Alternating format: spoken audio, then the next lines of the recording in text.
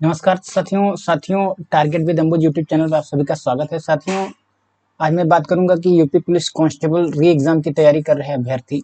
तो मैं बता देना चाहता हूं कि मैंने मतलब जीएस की मैं वीडियो बना रहा हूं। ये प्रीवियस ईयर क्वेश्चंस है।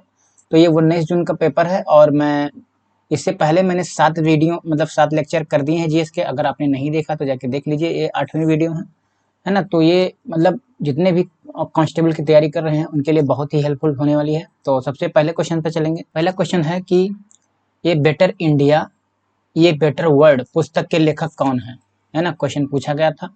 तो ऑप्शन इसका है किरण बेदी, ऑप्शन बी है एन आर नारायण मूर्ति, ऑप्शन सी है सुधा मूर्ति। तो सही आंसर इसका ऑप्शन सी है सुधा मूर्ति और ऑप्शन डी है शशि थरूर। तो इसका सही आंसर हो जाएगा एन आर नारायण मूर्ति, है ना।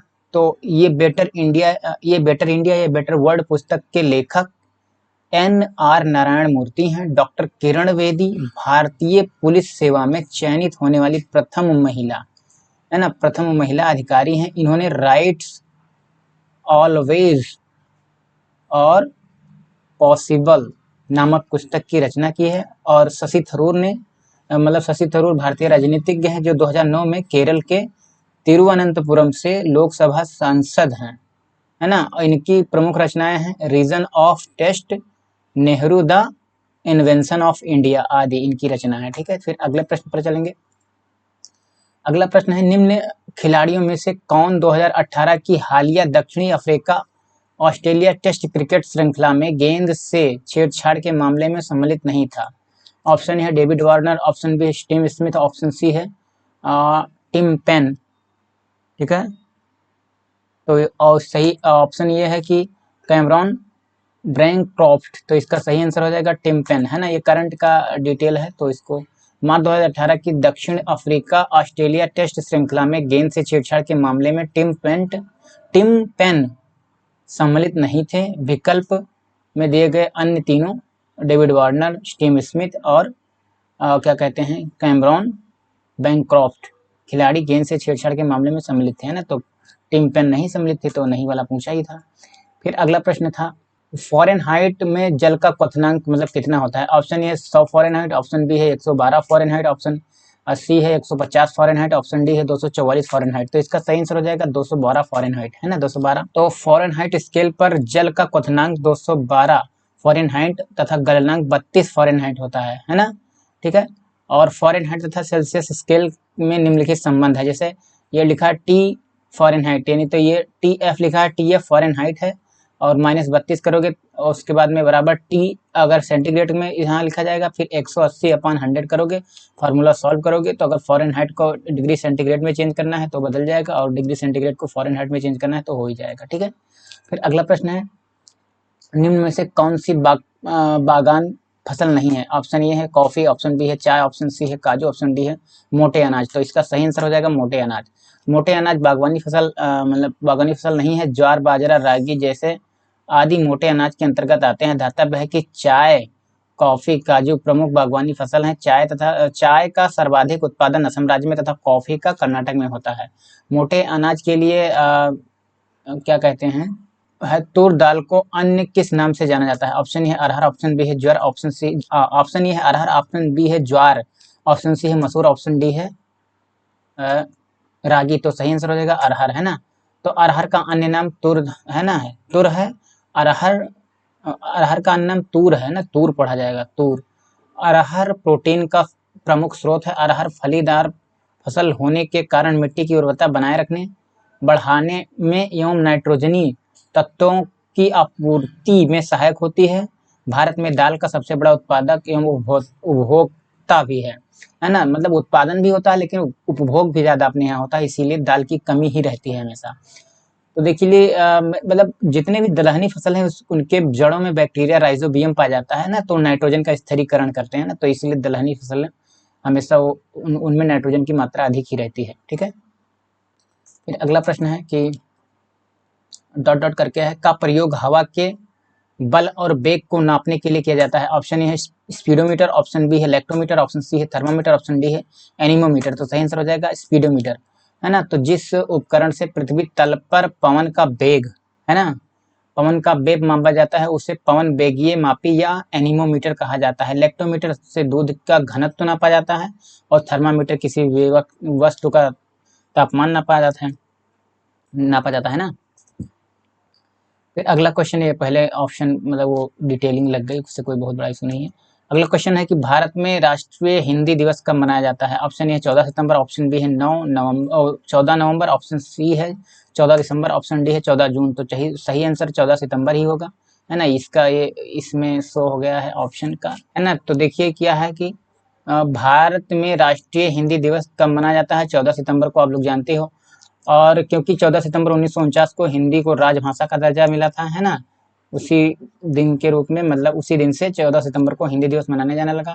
और विश्व हिंदी दिवस 10 जनवरी को मनाया जाता है। फिर ठीक है, फिर अगले प्रश्न पर चलेंगे। अगला प्रश्न है कि मानव अधिकारों की सार्वभौमिक घोषणा का अनुच्छेद 6 किससे संबंधित है। ऑप्शन ए है कानून के समक्ष एक व्यक्ति के रूप में मान्यता का अधिकार, ऑप्शन बी है समक्ष न्यायाधिकरण द्वारा प्रतिकार का अधिकार, ऑप्शन सी है मनमानी गिरफ्तारी और निर्वासन से स्वाधीनता, ऑप्शन डी है कानून के समक्ष समानता का अधिकार। तो सही आंसर हो जाएगा कानून के समक्ष एक व्यक्ति के रूप में मान्यता का अधिकार। ठीक बात है।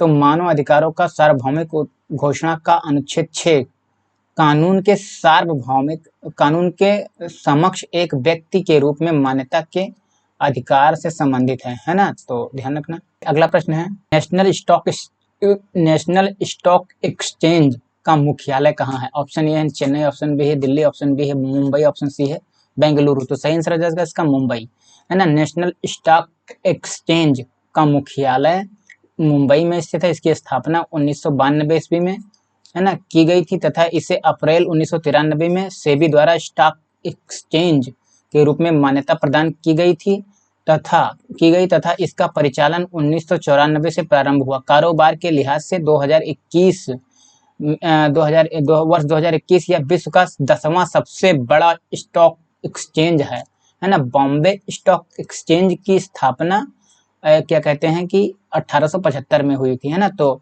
यह भारत और एशिया का सबसे पुराना स्टॉक एक्सचेंज है ना। और इसका हेडक्वार्टर अगर पूछेगा तो दलाल स्ट्रीट मुंबई में ही है। तो ऐसे इस तरीके से पूछा है, तो अगर कई बार दलाल स्ट्रीट ही देता है तो वो भी ऑप्शन ध्यान देना, ठीक है। फिर अगला है कि भारत की केंद्र सरकार ने 2018 को वर्ष घोषित करने का निर्णय लिया है। मतलब कौन सा वर्ष घोषित करने का निर्णय लिया है। तो को के बाद यहाँ डैश पॉइंट है, मतलब को ऐसे डैश है तो कोई नहीं। तो ऑप्शन ये है फलों, ऑप्शन बी है दालों, ऑप्शन सी है आलू, उसके बाद में ऑप्शन डी है मोटे अनाज। तो सही से मोटे अनाज है ना। तो वर्ष 2018 में भारत की केंद्र सरकार ने वर्ष 2018 को मोटे अनाज का राष्ट्रीय वर्ष घोषित करने का निर्णय लिया है। इसके तहत पोषण सुरक्षा को प्राप्त करने के लिए मोटे अनाज की खेती को बढ़ावा दिया जा रहा है ना। और इसके लिए कोई मिशन चलाया गया था, मुझे याद नहीं है, अभी आ जाए मोटे अनाज से संबंधित। फिर अगला प्रश्न है रंग बिरंगा और मंत्रमुग्ध कर देने वाला मेला जो प्रत्येक वर्ष उत्तर प्रदेश के मेरठ में होली के दिन के बाद मनाया जाता है, होली के दिनों के बाद मनाया जाता है, वह मेला कौन सा है पूछ रहा है। ऑप्शन ए है कुंभ, ऑप्शन बी है नौचंदी मेला, ऑप्शन सी है गंगा मेला, ऑप्शन डी है सिकरी मेला। तो सही आंसर हो जाएगा नौचंदी मेला, है ना। तो नौचंदी मेला उत्तर प्रदेश के मेरठ में होली के एक सप्ताह बाद लगता है। यह मेला हिंदू मुस्लिम एकता का प्रतीक है। कुंभ मेला हिंदू धर्म का एक महत्वपूर्ण पर्व है जो प्रयाग, हरिद्वार, उज्जैन और नासिक में लगता है। तो प्रयागराज में कहाँ लगता है, मतलब वो गंगा यमुना और सरस्वती अदृश्य सरस्वती हैं तो उस नदी के तट पर लगता है। हरिद्वार में गंगा नदी, उज्जैन क्षिप्रा नदी और नासिक गोदावरी नदी के किनारे लगता है। ठीक बात, एकदम क्लियर लिखा ही है। फिर अगला प्रश्न पे चलेंगे। और 12 साल के बाद महाकुंभ लगता है, अर्धकुंभ 6 साल के बाद लगता है। ध्यान रखना, बहुत इंपॉर्टेंट चीजें होती हैं, कई बार क्वेश्चन पूछता है। एंटीबायोटिक पेनिसिलिन की खोज किसने की थी। ऑप्शन ए है आर्कमिडीज, ऑप्शन बी है अलेक्जेंडर फ्लेमिंग, ऑप्शन सी है Alexander Graham Bell, option D है लुई पास्चर। तो सही आंसर हो जाएगा अलेक्जेंडर फ्लेमिंग, है ना। इन्होंने पेनिसिलिन की खोज की थी। एंटीबायोटिक पेनिसिलिन की खोज अलेक्जेंडर फ्लेमिंग ने की थी। अलेक्जेंडर ग्राहम बेल ने टेलीफोन और लुई पास्चर ने पास्चुराइजेशन तथा चेचक के टीकों का भी इन्होंने रेबीज के टीकों का पता लगाया था इन्होंने। ठीक बात। चेचक का टीका चेचक का जो टीका था एडवर्ड जेनर ने किया था, ठीक है। और आर्कमिडीज का सिद्धांत वो तो फिजिक्स में है ही है ना, आपने पढ़ा भी होगा। भारतीय संविधान की, उसके बाद में डैश है, फिर भारतीय गणराज्य की आधिकारिक भाषाओं की सूची में सूची प्रदान करती है। तो ऑप्शन ये है, इसका मतलब यह है कि मतलब भारतीय संविधान की कौन सी अनुसूची है जो भारतीय गणतंत्र की आधिकारिक भाषाओं को सूची प्रदान करती है ना, ऐसा क्वेश्चन पूछा गया था। तो ऑप्शन ए है 11वीं अनुसूची, ऑप्शन बी है 4थी अनुसूची, ऑप्शन सी है 12वीं अनुसूची, ऑप्शन डी है 8वीं अनुसूची। तो सही आंसर हो जाएगा 8वीं अनुसूची। भारतीय संविधान की 8वीं अनुसूची भारतीय गणराज्य की आधिकारिक भाषाओं की सूची प्रदान करती है, जब संविधान लागू हुआ उस समय 8वीं अनुसूची में 14 भाषाएं थी, है ना। बाद में संशोधन किया गया और 22 भाषा हो गई। कब हुआ था? और 21वां संविधान संशोधन जब हुआ था तब 21 अभी बढ़ पाता हूँ। ये 22 भाषाएं अब क्या होंगी, पहले 21वां संविधान मैं यहाँ लिखता हूँ, यहाँ लिख देता हूँ, यहाँ नहीं दिखेगा, चलो अभी बताता हूँ, इसको मैं पढ़ देता हूँ फिर बताता हूँ, है ना। तो अब कौन कौन सी भाषा है, तो अब असमिया है, बांग्ला है, बोडो, डोगरी, गुजराती, हिंदी, कन्नड़, कश्मीरी, कोंकणी, मैथिली, मलयालम, मणिपुरी, मराठी, नेपाली, उड़िया, पंजाबी, संथाली, संस्कृत, सिंधी, तमिल और तेलुगु तथा उर्दू शामिल हैं। ठीक बात। तो मैं इसमें अभी मैं संशोधन जो अमेंडमेंट हुआ उसको लिख देता हूँ, इसको एक बार मैं करता हूँ इरेज। तो पहला नंबर जब 21वां संविधान संशोधन हुआ 1967 में हुआ था, तो इसमें सिंधी भाषा जोड़ी गई थी, ठीक है। और उसके बाद में 21 के बाद में 71वां हुआ था। तो ये 71वां कब हुआ था? ये हुआ 71वां कब हुआ था? तो 1992 में हुआ था। इसमें तीन भाषाएं जोड़ी थी, है ना। इसमें क्या जोड़ी गई थी? नमक, है ना, नेपाली, मणिपुरी और कोंकणी, है ना, कोंकणी। उसके बाद में 92वां संशोधन भी हुआ था 2000, कब हुआ था? 92वां संशोधन कब हुआ था? 92वां संशोधन कब हुआ? 92वां संशोधन अधिनियम इसका 2003 का था, लेकिन संशोधन 2002 में हुआ था। तो 2003 में मतलब अधिनियम इसका बना था और इसमें जोड़ा गया था। तो ये मतलब 2002 में मतलब जोड़ा गया था, लेकिन अधिनियम 2003 का है। तो इसमें सिंधी भाषा जोड़ी गई थी, है ना। सिंधी नहीं, इसमें वो जोड़ी गई थी, क्या जोड़ी गई थी? इसमें 3 भाषा जोड़ी गई। उनको डिलीट कैसे करता हूँ ना। तो इसमें मतलब इसमें 4 भाषाएं जोड़ी गई थी। कौन कौन से जोड़ी गई थी? बोडो, डोगरी, उसके बाद में मैथिली, उसके बाद में संथाली, है ना। तो 21वां संशोधन और 71वां और 92वां। तो 21वां 1967 में हुआ था, तो सिंधी भाषा जोड़ी गई थी। 92वां नेपाली मणिपुरी कोंकणी जोड़ी गई थी, और मतलब 71वां में। और 92वां संशोधन 2002 में हुआ था, लागू 3 में हुआ था। तो इसमें बोडो, डोगरी, मैथिली, संथाली जोड़ी गई थी, ठीक बात। फिर अगले प्रश्न पे चलते हैं। अगला प्रश्न है, डैश है की नियुक्ति भारत के राष्ट्रपति द्वारा नहीं की जाती है। ऑप्शन ए है उच्चतम न्यायालय के मुख्य न्यायाधीश, ऑप्शन बी है महाधिवक्ता, ऑप्शन सी है राज्यपाल, ऑप्शन डी है महान्यायवादी। तो इसका सही हो जाएगा महाधिवक्ता। देखिए जो महाधिवक्ता है वो राज्य का विधि अधिकारी होता है ना। तो महाधिवक्ता की नियुक्ति राष्ट्रपति द्वारा नहीं बल्कि राज्यपाल के द्वारा की जाती है, जो अनुच्छेद 165, है ना। महाधिवक्ता के पद पर उसी व्यक्ति की नियुक्ति की जा सकती है जो उच्च न्यायालय के न्यायाधीश पद के लिए योग्य हो। महाधिवक्ता को यह अधिकार है कि वह उस राज्य के विधानमंडल या उसकी किसी भी समिति की बैठक में भाग ले सकता है, परंतु मतदान नहीं कर सकता है ना। उच्चतम न्यायालय के न्यायाधीश राज्यपाल तथा महान्यायवादी की नियुक्ति राष्ट्रपति के द्वारा की जाती है। जैसे महान्यायवादी होता है मतलब अटॉर्नी जनरल, और उसी प्रकार से यहाँ पे ये होता है महाधिवक्ता होता है, ठीक है, राज्य में। फिर अगला प्रश्न है, पहले भारतीय राज्य का नाम बताइए जिसके प्रत्येक परिवार में कम से कम एक सदस्य के पास बैंक खाता है। ऑप्शन ए है Maharashtra, option B Haryana, option C है हिमाचल प्रदेश, ऑप्शन डी केरल। तो सही आंसर हो जाएगा केरल, है ना। क्या है मैं बता देता हूँ कि भारत का पहला राज्य केरल है, जिसके प्रत्येक परिवार में कम से कम एक सदस्य के पास बैंक खाता है ना। तो वहाँ सबके पास बैंक खाता है ही है कम से कम। अब तो ये चीज़ें हुई हैं। इसके बाद में फिर अगला प्रश्न है कि उस वाहिनी का चयन करें जो मूत्राशय को शरीर से मूत्र के बाहर ले जाती है। तो ऑप्शन ए है यूरेथ्रा, ऑप्शन बी है यूरेटर, ऑप्शन सी है ब्लैडर, ऑप्शन डी है रेनल पेल्विस। तो सही आंसर हो जाएगा इसका यूरेथ्रा है ना। तो वृक्क नलिका में टूटा हुआ तरल मूत्र जो होता है, जो वृक्क नलिका इस मूत्र को वृक्क की संग्रही वाहिनियों में ले जाती है, जहां से वह मूत्रवाहिनी में ले जाया जाता है। मूत्रवाहिनी से मूत्र मूत्राशय में पहुंचता है तथा मूत्राशय में मूत्र को कुछ समय के लिए संग्रहित किया जाता है और अंत में मूत्रमार्ग यूरेथ्रा द्वारा शरीर से बाहर निकल जाता है ना, बाहर निकाल दिया जाता है। ठीक बात। फिर अगला प्रश्न है, राष्ट्रीय शिक्षा दिवस प्रत्येक वर्ष को मनाया जाता है, मतलब कब मनाया जाता है? ऑप्शन है 27 अक्टूबर, ऑप्शन बी है 4 मार्च, ऑप्शन सी है 17 सितंबर, ऑप्शन बी है 11 नवंबर। तो सही आंसर हो जाएगा इसका 11 नवंबर। वर्ष 2008 से प्रत्येक वर्ष 11 नवंबर को भारत में राष्ट्रीय शिक्षा दिवस मनाया जाता है। यह दिवस भारत के महान स्वतंत्रता सेनानी, प्रसिद्ध शिक्षाविद एवं स्वतंत्र भारत के प्रथम शिक्षा मंत्री और भारत रत्न से सम्मानित मौलाना अबुल कलाम आजाद की स्मृति में मनाया जाता है। भारत में महत्वपूर्ण भूमिका निभाने वाले मौलाना अबुल कलाम आजाद इसी दिन यानी 11 नवंबर 1888 को पैदा हुए थे। ठीक है। अगला प्रश्न है,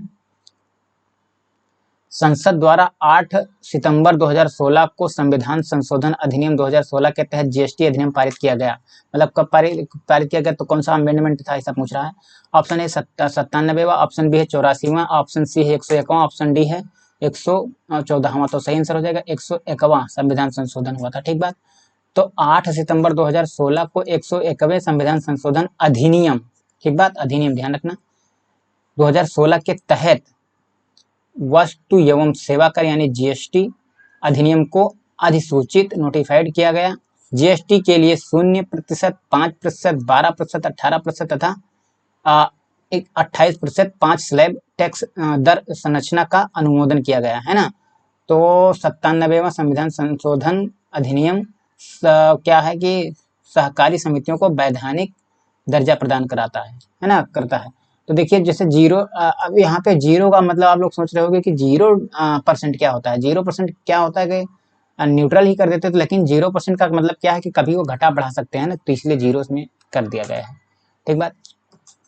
फिर अगला प्रश्न है कि निम्न में से कौन सा जिला उत्तर प्रदेश के बुंदेलखंड क्षेत्र से संबंधित है। ऑप्शन है फतेहपुर, ऑप्शन बी है जौनपुर, ऑप्शन सी है महोबा, ऑप्शन डी है श्रावस्ती। सही आंसर हो जाएगा महोबा, है ना। तो महोबा जिला बुंदेलखंड क्षेत्र से संबंधित है। इसका कुल क्षेत्रफल है 2884, ठीक बात, वर्ग किलोमीटर में है। फिर अगला प्रश्न है कि उत्तर प्रदेश का क्षेत्रफल देश के कुल क्षेत्रफल का लगभग कितना प्रतिशत है ना। तो 13.5% और 9.4% और 8.4% और 7.3%। तो इसका सही आंसर हो जाएगा 7.3%। उत्तर प्रदेश का क्षेत्रफल देश के कुल क्षेत्रफल का लगभग 7.3% है। उत्तर प्रदेश का कुल क्षेत्रफल 2,40,928 वर्ग किलोमीटर है। ठीक है। क्षेत्रफल की दृष्टि से उत्तर प्रदेश देश में राजस्थान, मध्य प्रदेश तथा महाराष्ट्र के बाद चौथा स्थान रखता है। ठीक बात। और उत्तर प्रदेश सर्वाधिक क्षेत्रफल में 4 जिले जो घटते क्रम में है। तो पहला सबसे बड़ा खीरी, उसके बाद में सोनभद्र, उसके बाद में हरदोई, उसके बाद में सीतापुर, यानी सीतापुर चौथे नंबर पर है, चौथा सबसे बड़ा जिला है। ठीक बात। फिर अगला प्रश्न है क्या है कि 6वीं शताब्दी ईसा पूर्व के दौरान मथुरा के आसपास के क्षेत्र को क्या कहा जाता था। ऑप्शन है पांचाल, ऑप्शन बी है अंग, ऑप्शन सी है सूरसेन, ऑप्शन डी है मत्स्य। तो सही आंसर हो जाएगा सूरसेन, है ना। 6वीं शताब्दी ईसा पूर्व मथुरा के आसपास के क्षेत्र को सूरसेन के नाम से जाना जाता था। अंग महाजनपद, अंग जिसकी राजधानी चंपा हुआ करती थी, मगध राज्य के पूर्व में स्थित था, इसकी राजधानी चंपा थी। पांचाल वैदिक काल में एक प्रमुख राज्य था। वर्तमान में रोहेलखंड और उसके आसपास के क्षेत्र इसी में सम्मिलित है ना, सम्मिलित है। पंचाल के दो भाग थे, उत्तरी पंचाल और दक्षिणी पंचाल। उत्तरी पंचाल की राजधानी अहिच्छत्र और दक्षिणी पंचाल की राजधानी काम्पिल्य थी, है ना। मत्स्य आधुनिक जो राजस्थान क्षेत्र राज्य के भरतपुर, जयपुर और अलवर में पड़ता है ना, तो विराटनगर मत्स्य महाजनपद की राजधानी है, ठीक बात। फिर समझ गए होंगे। फिर अगला प्रश्न है, अगला प्रश्न है, निम्न में से किस रोमानी काव्य लेखक को उनकी कृति मदनाष्टक के लिए जाना जाता है? ऑप्शन ए है रहीम, ऑप्शन बी है मलिक मोहम्मद जैसी, ऑप्शन सी है जियाउद्दीन बरनी और ऑप्शन डी है सुल्तान फिरोज तुगलक। तो सही आंसर जिसका रहीम, है ना। तो मदनाष्टक कृति रहीम द्वारा रचित है। रहीम की अन्य कृतियां हैं रहीम दोहावली, बरवै नायिका भेद, रास पंचाध्यायी, नगर शोभा आदि, है ना।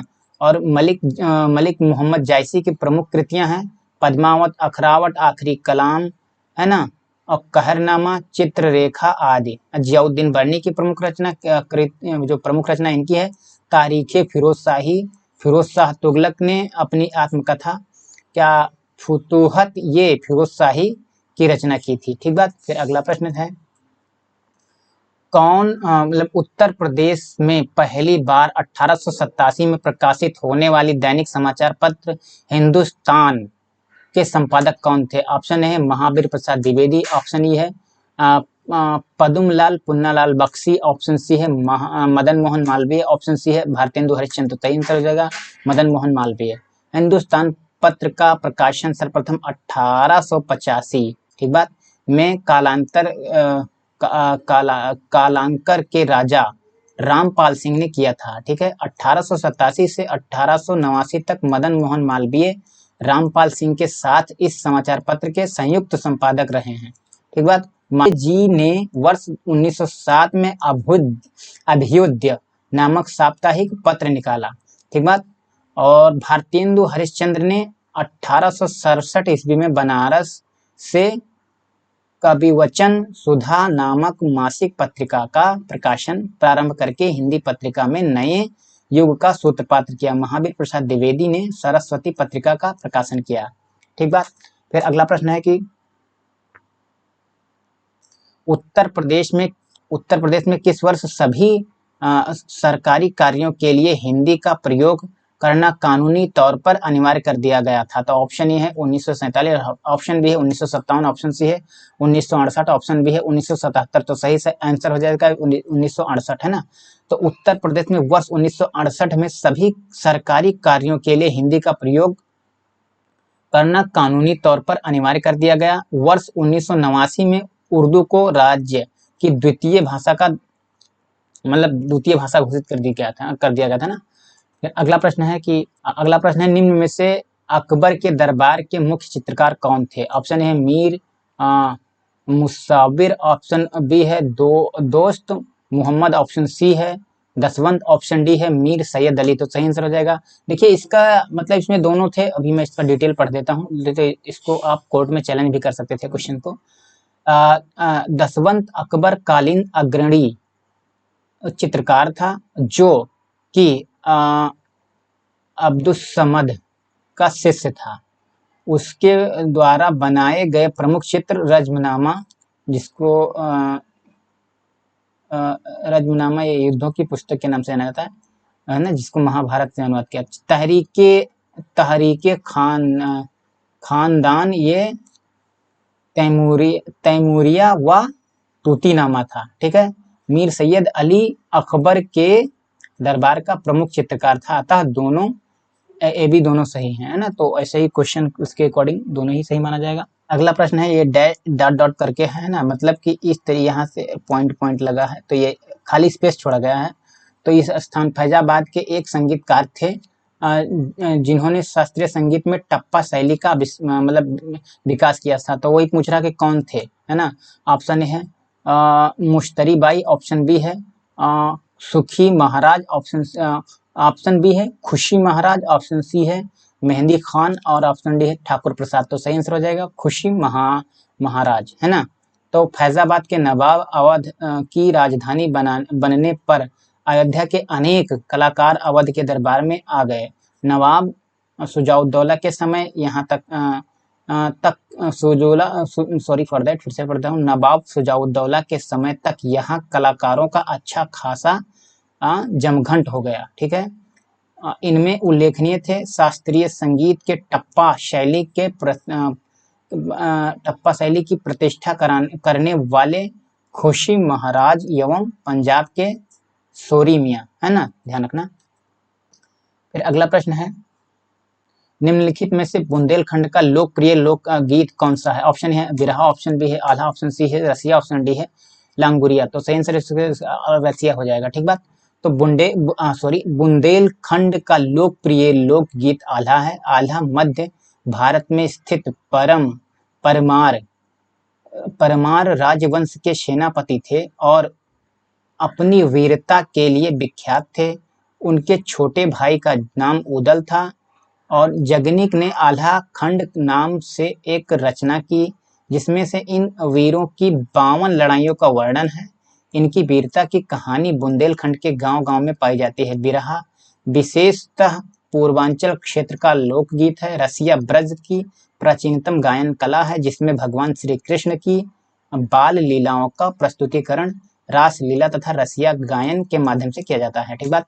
फिर अगला प्रश्न है, निम्न में से कौन सी नदी भारत में ब्रह्मघाट पर करनाली नदी से जुड़ती है और घाघरा नदी बन जाती है? ऑप्शन ये है राप्ती, ऑप्शन बी है गंडक, ऑप्शन सी है शारदा, ऑप्शन डी है सरयू। तो सही आंसर हो जाएगा शारदा।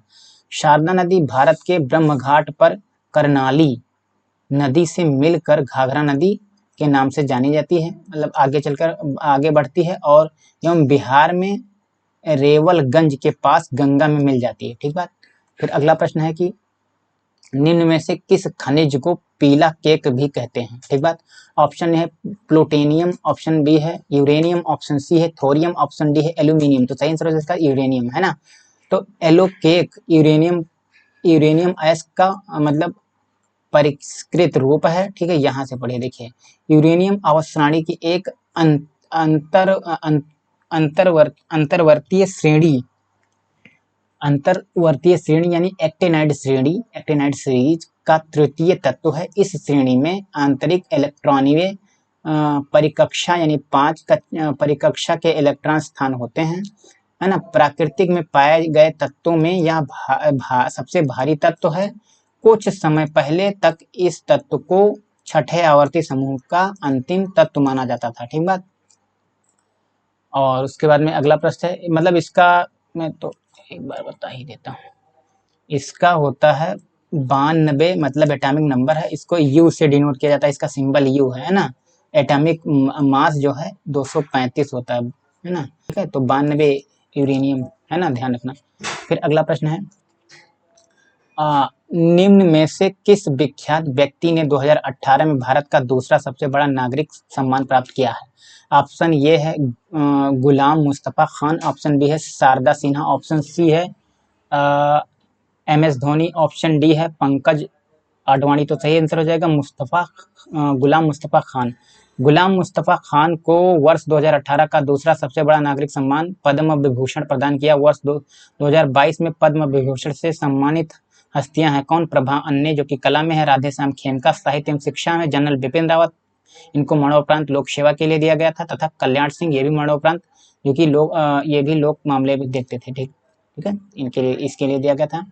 और प्रश्न संख्या 31 है कि राष्ट्रीय परीक्षण एजेंसी NTA के नेशनल टेस्टिंग एजेंसी बोलते हैं इनको, इन शॉर्ट NTA बोला जाता है, ठीक है, के पहले महानिदेशक के पद पर हाल ही में किसकी नियुक्ति की गई है? ऑप्शन ए है राजेश कुमार चतुर्वेदी, ऑप्शन बी है जोसेफ इमैनुअल, ऑप्शन सी है अनीता करवाल, ऑप्शन डी है विनीत जोशी। तो सही आंसर विनीत जोशी, है ना। तो एक बार मैं फिर से ये जो प्रश्न कल के दौरान ऐसा था, अभी मैं पूछता हूँ।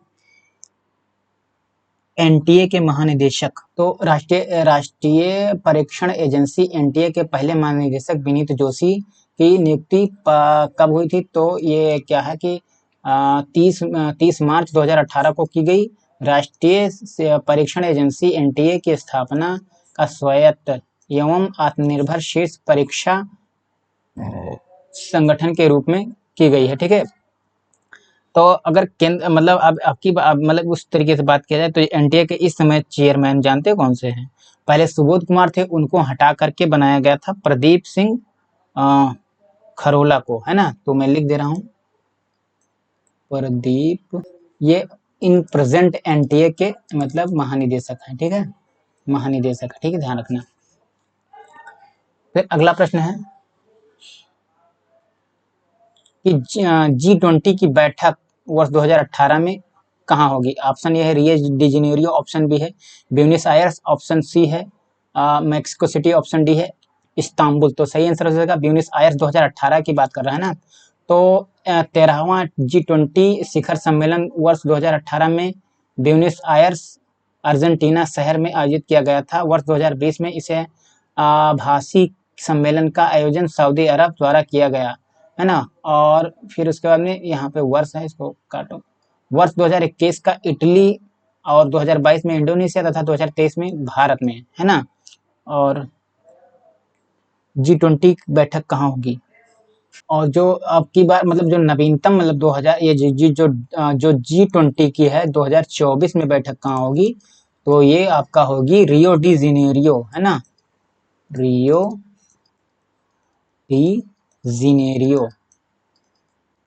ये कहाँ पर पड़ेगा? ब्राजील, है ना। भारत में हो ही गई है 2023 का, और बाकी 2024 ये वाला मतलब 2024 में रियो डी जेनेरियो में होगी। ठीक बात। अगला प्रश्न है कि 33वां है कि 1825 में वेदांत कॉलेज की स्थापना किसने की? उसके बाद में जिनमें दोनों भारतीय अध्यक्ष और पाश्चात्य सामाजिक तथा भौतिक विज्ञान पाठ्यक्रम प्रस्तुत किया गया था। ऑप्शन ए है अरविंदो घोष, ऑप्शन बी है राजा राम मोहन राय, ऑप्शन बी है ईश्वर चंद्र विद्यासागर, ऑप्शन डी है स्वामी विवेकानंद। तो सही आंसर हो जाएगा राजा राम मोहन राय। वेदांत कॉलेज की स्थापना 1825 में राजा राम मोहन राय ने की। राजा राम मोहन राय को भारतीय पुनर्जागरण का अग्रदूत कहा जाता है। ठीक बात। फिर अगला प्रश्न है निम्न में से किस देश को भारतीय सॉरी फॉर दैट, फिर से पढ़ दे रहा हूँ। निम्न में से किस देश को पहले सीलोन कहा जाता था? Option A Maldives, option B है श्रीलंका, ऑप्शन सी है मॉरिशस, ऑप्शन डी है सूरीनाम। तो सही आंसर हो जाएगा इसका श्रीलंका, है ना। तो सीलोन श्रीलंका का पूर्व नाम है। ब्रिटिश शासन के दौरान श्रीलंका को सीलोन के नाम से जाना जाता था। वर्तमान में श्रीलंका की विधायी राजधानी श्री जयवर्धनेपुरे कोट्टे तथा कार्यकारी एवं न्यायिक राजधानी कोलंबो है। मालदीव हिंद महासागर में स्थित एक द्वीपीय देश है। मालदीव की राजधानी माले। मॉरिशस अफ्रीका महाद्वीप के दक्षिण पूर्व में हिंद महासागर में स्थित है। एक द्वीपीय देश है। मॉरिशस की राजधानी पोर्टो लुइस है। ठीक बात। अगला प्रश्न है 1869 ईस्वी में फिर डैश है किस नहर के खुलने से भारत से यूरोप की दूरी 7000 किलोमीटर कम हो गई? ऑप्शन ए है पनामा, ऑप्शन बी है कील, ऑप्शन सी है स्वेज, ऑप्शन डी है बोल्गाडॉन। तो इसका सही आंसर हो जाएगा स्वेज नहर, है ना। तो 1869 में स्वेज नहर के निर्माण से मुंबई से लंदन के मध्य की दूरी जो है 7000 किलोमीटर की दूरी कम हो गई, है ना। स्वेज नहर भूमध्य सागर को लाल सागर से जोड़ता है ना। फिर अगला प्रश्न है क्या है कि 36वां है कि गणतंत्र दिवस 2018 की परेड के मुख्य अतिथियों में से एक मुख्य अतिथि कौन थे? ऑप्शन ए है विद्या देवी भंडारी, ऑप्शन बी है मैत्रीपाला सिरिसेना, ऑप्शन सी है शेख हसीना, ऑप्शन डी है आंग सान सू की। तो सही आंसर उस समय 2018 में आंग सान सू की ही थे। ठीक बात। तो मैं यहाँ से पढ़ दे रहा हूँ कि जो 75 रिपब्लिक डे 2024 का था, इस बार गणतंत्र दिवस के मौके पर फ्रांस के राष्ट्रपति इमैनुअल मैक्रो, है ना, ये क्वेश्चन इंपॉर्टेंट है। ठीक बात। और भारत के मुख्य अतिथि होंगे पहले गणतंत्र दिवस के मौके पर इंडोनेशिया के राष्ट्रपति सुकोर्णो, है ना, और इसके अतिथि बने। इसके बाद ये सिलसिला आज तक जारी है। पिछले साल मिस्र के राष्ट्रपति अब्दुल फतेह अल सीसी भारत के मुख्य अतिथि बने थे। बाकी ये पुरानी इंफॉर्मेशन है, इसको बहुत ध्यानपूर्वक पढ़ना हो तो पढ़ लेना। ठीक है। फिर अगला प्रश्न है 37 है निम्न में से किस ई कॉमर्स कंपनी ने खादी उत्पादों की बिक्री के लिए उत्तर प्रदेश सरकार के साथ एक समझौते पर हस्ताक्षर किए हैं? ऑप्शन ए है फ्लिपकार्ट, ऑप्शन बी है स्नैपडील, ऑप्शन बी है अमेजोन इंडिया, मतलब ऑप्शन सी है अमेजोन इंडिया, ऑप्शन डी है पेटीएम। तो सही आंसर हो जाएगा Amazon India. E commerce company Amazon India ने खादी उत्पादों की बिक्री के लिए उत्तर प्रदेश सरकार के साथ एक समझौता ज्ञापन पर हस्ताक्षर किए। ठीक बात। फिर अगला प्रश्न है कि निम्न में से कौन एक वैज्ञानिक होने के साथ साथ एक महान उद्योगपति भी थे जिन्होंने भारत में कई उद्योग की स्थापना की। ऑप्शन ए है सीवी रमन, ऑप्शन बी है जेसी बोस, ऑप्शन सी है विक्रम साराभाई, ऑप्शन डी है होमी जहांगीर भाभा। तो सही आंसर हो जाएगा विक्रम साराभाई। विक्रम साराभाई भारत के प्रमुख वैज्ञानिक थे। इन्होंने विज्ञान एवं अभियांत्रिकी के क्षेत्र में वर्ष 1966 में भारत सरकार द्वारा पद्म भूषण से सम्मानित किया गया था तथा 1972 में मृत्यु उपरांत इन्हें पद्म विभूषण से भी सम्मानित किया गया। ठीक बात। विक्रम साराभाई ने भारत के अंतरिक्ष कार्यक्रम को विश्व के मानचित्र पर स्थान दिलाया। वह सफल और दूरदर्शी उद्योगपति तथा अग्रणी प्रबंध प्रशिक्षक भी थे। ठीक बात। तो